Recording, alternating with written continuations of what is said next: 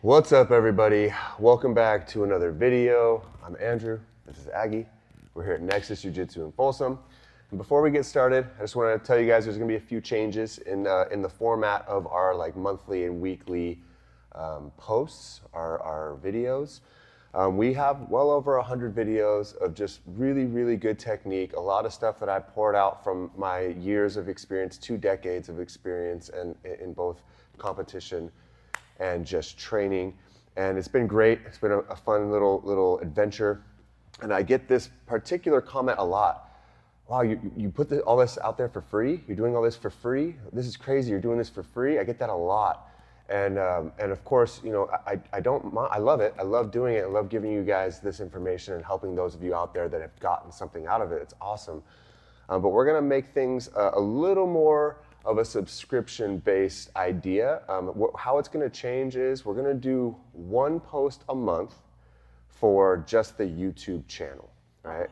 Public, right? We've been doing 4, we've been doing every Monday.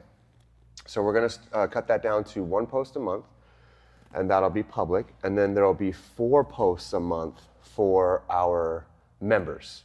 So whoever joins the membership, becomes a member with us, you'll have access to 4 videos a month, which is what we've been doing. We're just gonna reel it in a little bit. And then later on down the line, I'm gonna start putting out extended videos, things like white belt to blue belt, what I expect to see, a whole roadmap, blue belt to purple belt, a whole roadmap on what I wanna see from my students, what I believe it takes.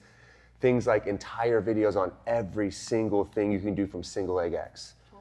Full programs, and that'll be something that I'll either do once a month or once every 6 weeks, something like that, and that'll be a bigger membership tiered system. So that's the next step for our channel. We are starting a family, we just got married, you know, I have my business here, and it just all needs to make sense. And coming out here, my house is 40 minutes away, it doesn't matter to you guys, but coming out here, making these videos, you know, it's not free for us to do.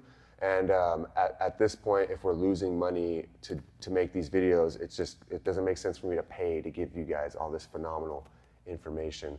So that's where we're at. We're gonna do a little transition. That's coming soon. You can expect that to start probably the beginning of July, and then continue that way for the rest of time. Yeah, on top of all of that I just said, you know, the goal for me as a man, as a family man, a businessman, is to make it so that my lady doesn't have to work every day, doesn't have to work. She can work if she wants to. And we're close, I'm pretty close. You know, the gym's doing well, business is pretty good, and I want this to play a role in that. So I want Aggie to be able to do what she wants, be home, take care of kids when the kids come, you know, make the sourdough. I'm the baker, but she can make the sourdough, whatever it is. So that's the ultimate goal, you know, use all these little avenues to develop our family life and make things better for her in particular. And yeah, so that's the goal. That's kind of the understanding, so you guys kind of see a picture of what we're doing and why things are changing. But that will be coming soon. And I hope that a lot of you love what we're doing and want to be a part of it. I hope you guys want to join the team, become a member, and subscribe and help us out and be a part of it, because I'm giving everything that I got. This is my life. This is literally my life for 20 years. So yeah, hope you guys enjoy it and become a part of it. Onto the video. Onto the video, moving on. Now, today's video is a good one. It's both beginner friendly and very advanced at the same time. It's moves that I've been doing since I was a white belt, and it's moves that when you look at it, you go, wow, that's a white belt move. And here's the truth of it. The best guys in the world do white belt moves at a black belt level. right? What is Hodger Gracie known for? Arguably the best jiu-jitsu guy in the world. Cross chokes, mount and cross choke. Butterfly sweep, mount, cross choke. Butterfly sweep, mount, cross choke. He doesn't do anything special. You've never seen him do some crazy flippy thing. He doesn't have to. Cross choke is a wipeout move. He does it at a black belt level, right? So what we're doing today is Kesa Gatame. I don't speak Japanese, so we call it a headlock. There's a few different ways to play the headlock. We're doing a wrestling style headlock. Aggie's actually going to be doing the move to me today, so it's brutal, and that's kind of why I decided to, because it's one of the more brutal moves. We're going to go through 3 options from the headlock. We're going to look at the Americana off the headlock. We're going to look at the armbar off the headlock, and then we're going to look at the, I call it the accordion. I also refer to it as the Josh Barnett, considering Josh Barnett is just gnarly with his catch wrestling and plays these kind of motions in high-level MMA. And you can see it in some fights with heavyweights. It happens sometimes.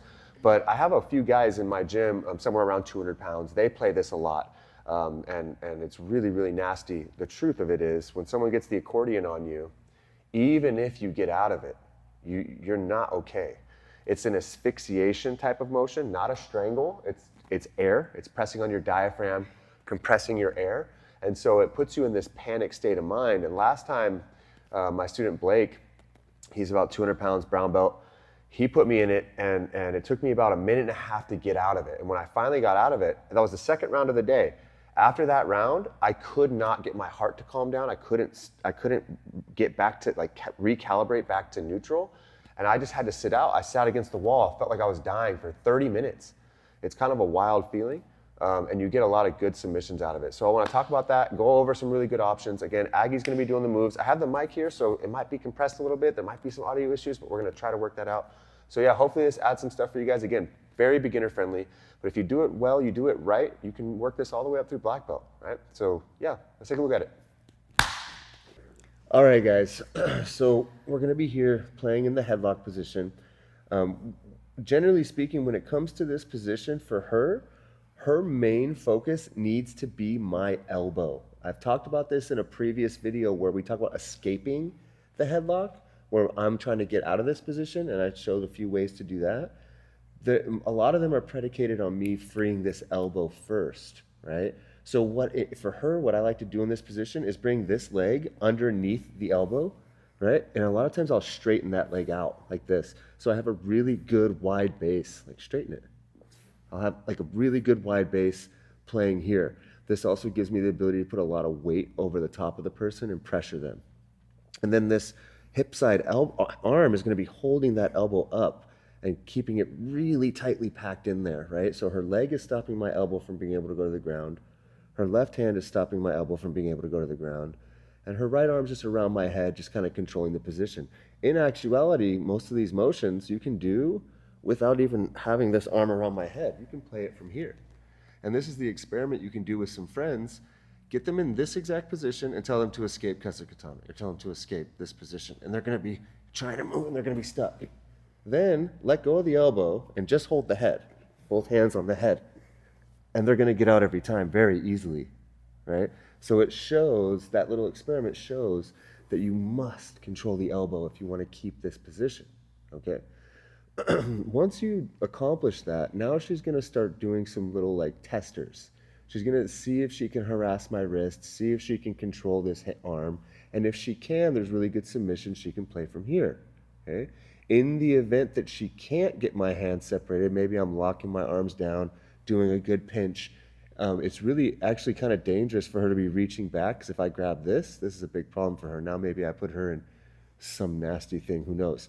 But she can try to get at my level of my wrist, try to break it and see if she can get it. And if she can't, there's other options she can go into. Okay, so the first one we'll look at is a little Americana. I love this one for a lot of reasons. Normal Americanas that you guys play, maybe from mount or side control, there's a really high level of escape because there's no control of the shoulder line or the spine. When it comes to Americanas, which are generally a shoulder lock, they can affect the elbow. If you're going to attack the shoulder, you have to maintain head and spine control. Well, what better position than headlock, right? So we're here in this position. She's got a good headlock going. She's going to find my wrist with her left hand and start pressing it down towards the head side leg, right? The closer her knee is to my head is actually going to make it easier for her to get her foot around my ankle, right? So she's pressing this wrist down towards the mat. She can wrap her ankle around my wrist and see how she now has my arm in like a 90-degree angle. Okay, this is really, really bad for me. And right now my elbow is maxed out, right? Because Aggie has the tightest hips known to mankind. So there's no lax here.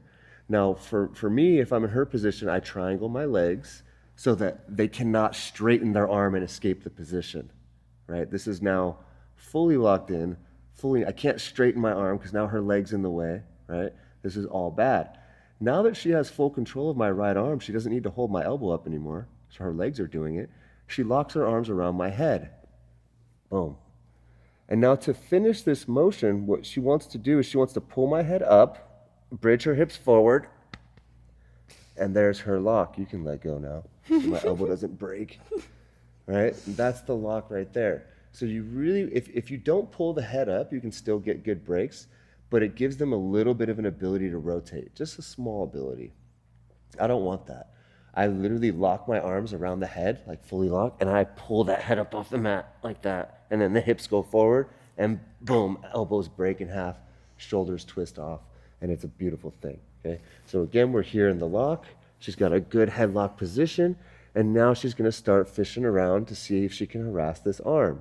She brings it down, throws her leg over, triangles, holds my head, hips in, and there's the break right there. And now I'm sadly broken. Match is over, round is over, fight is over. So add that one in. That's a white belt move. I've been doing it since white belt that you can do at a black belt level if you get all these little pieces taken care of, right? Now the next motion plays directly off of that one. Okay, so let's say we're here in headlock. Okay, she's able to harass my wrist, and she starts bringing it towards Americana, and I'm like, oh no, this is bad. I know that, so I go, no, straighten it here. She's gonna bring that hip side ankle and just press it down on my wrist. Now, here's the thing. It looks like I can probably roll out of this, and maybe I can, but what I want you guys to think is harness your inner monkey, your inner little monkey foot, and kind of curl those toes. So if I start going this way towards my thumb, she can block by turning her toes down. If I start going this way, she can block by dropping her heel down, right? So she can feel out what my wrist is doing, contour her foot around my wrist, and manage the position. She doesn't need to do much but contour her foot to my wrist, and my elbow is already so maxed out here, it's not gonna take her much. Now, here's the thing. If she presses her foot down towards the mat, I might be able to stretch my elbow all the way. Okay, so she has my wrist here. Now, if she presses my wrist all the way down to the mat, I might not tap. So what we want to do is get some opposing forces. So what I like to do, I'll curl that right foot in towards the butt a little bit. Okay, and now when I go to apply the pressure downward with the left foot, I lift the right knee towards the ceiling. So there's little opposing forces here. And now you see how my arm is resting on her thigh. So her thigh is the fulcrum point. So if she raises the fulcrum point, that's going to put way more pressure on my elbow. So as she presses down with the left leg, she lifts that right knee, and there's the break, right? Now raising this fulcrum point, there's just no way, even if their elbow's flexible, that they're going to be able to withstand that pressure. So we want to create those opposing forces. So again, we're here in the lock. She finds my wrist. She's starting to go Americana. And I'm like, no, no, no. So she steps, contours her foot. And now she can raise the right knee while she presses down with the left foot. And that finds that really good armbar break. Very good lock. Now the third option, the accordion / Josh Barnett, we're going to look at is another one that plays right off of these. So let's say we're in a fight. She starts taking my wrist out, and she's going to start trying to break me. I'm like, no, no, no. And I'm able to get it back. And I'm like, oh, she wants that. So now I lock my hands super tight. I'm like, there's no way I'm going to let you have that, right? Now that I'm here and I'm locking my hands, she's just going to find my leg here. Okay, now that she grabs my leg, what you want to do is bring your knees to your chest and tuck both hands inside your knees here. Now, the ultimate goal is to have both soles of your feet on the ground, pinch your knees together, right, with your hands inside your knees, and lift your butt up off the mat like a half an inch and bridge into them. Don't lift your butt too much. We just don't want to be sitting on the ground. If all our weight is on the ground, it's not on them. We want all our weight on them, right? And you're going to, like, already there's a lot of pressure on me. She's barely doing anything, but you're going to hear my voice change. I'm going to try to talk throughout the process of the motion. So here she brings the hands inside the knees. She puts soles of her feet on the ground, lifts, pinches her knees. And there, the ribs. And there you have it, right? That's the Josh Barnett / the accordion. Very, very nasty move, right? So again, we're here in the lock. She wants my wrist. She notices hands are locked. So she's just going to reach for the leg, the near leg. Hands inside the knees, soles of the feet on the mat. And there's your submission, right? So there's 3 really good options for you guys from the headlock position that are just absolutely nasty, right? All right, so there you have it. A quick video on a few options we have from the headlock position. We got Americana with the legs, we have an armbar with the legs, and then we have the accordion, also known as the Josh Barnett. White belt moves done at a black belt level.